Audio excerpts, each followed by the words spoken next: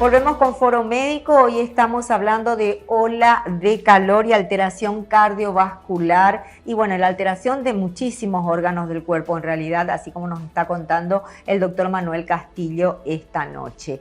Y decíamos de que nuestro país tiene altas temperaturas, al igual que países de la región y del mundo.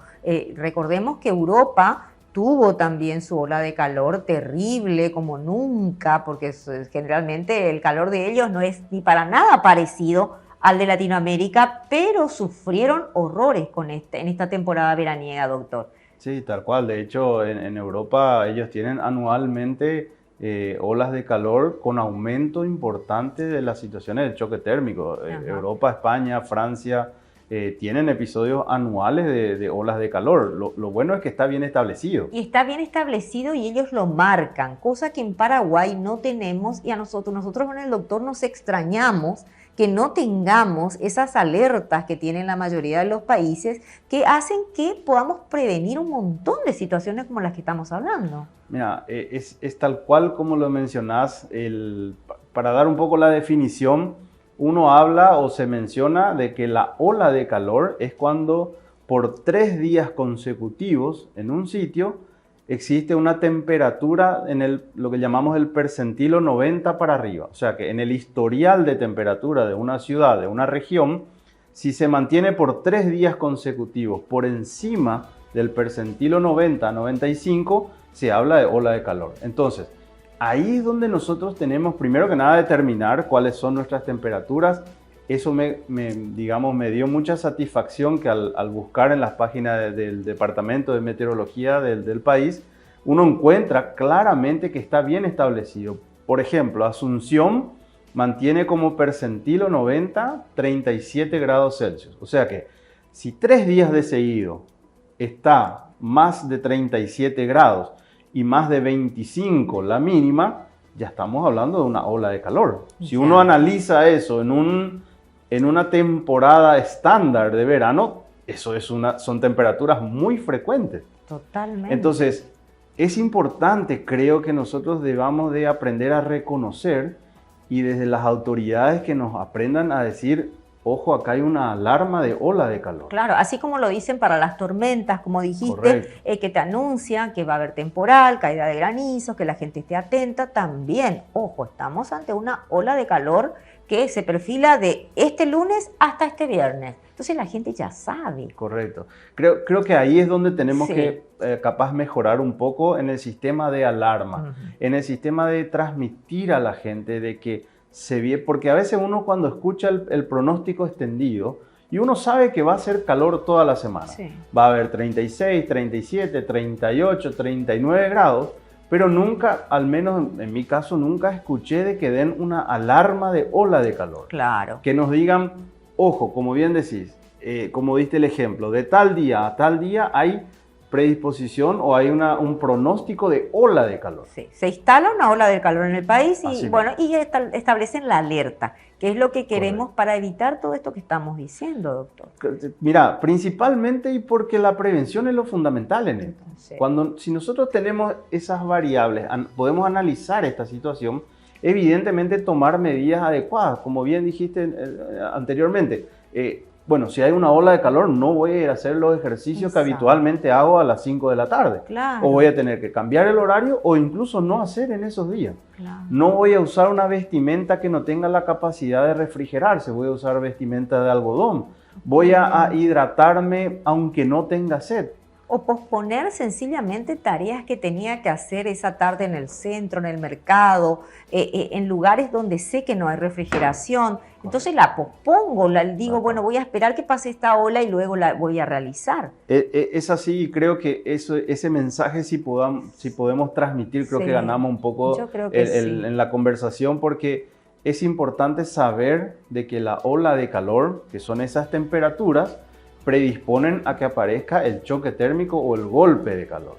Y uno tiene que tomar medidas para eso. Bueno, vamos a ver después qué hacemos ante un choque o un choque térmico o un golpe de calor, qué es lo que hacemos, pero antes me gustaría hablar un poquito también de la gente que tiene problemas a nivel de presión arterial, los hipertensos, la gente que ha tenido algún ACV y bueno, y lo ha superado, pero ya es un paciente de riesgo. ¿Qué pasa con ese tipo de personas? ¿Qué hacemos, doctor? Bien, la situación con estas personas es que consumen medicamentos. Todos los medicamentos tienen efectos y todos esos efectos se pueden potenciar.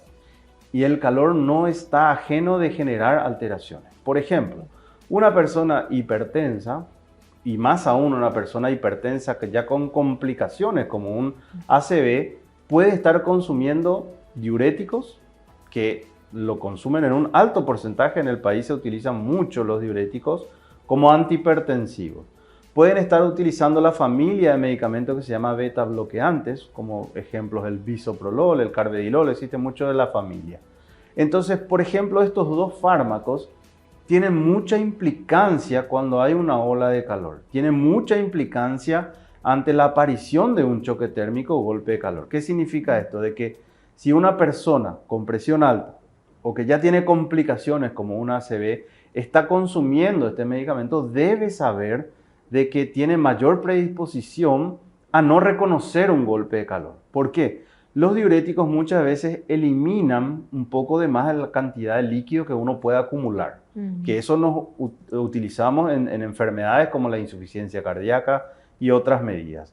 O los beta bloqueantes que producen una disminución en las pulsaciones del corazón que nosotros damos para algunas enfermedades. Sí. El problema es que cuando uno padece del golpe de calor, el primer síntoma, como es un aumento de la temperatura del cuerpo, el cuerpo tiene que refrigerarse.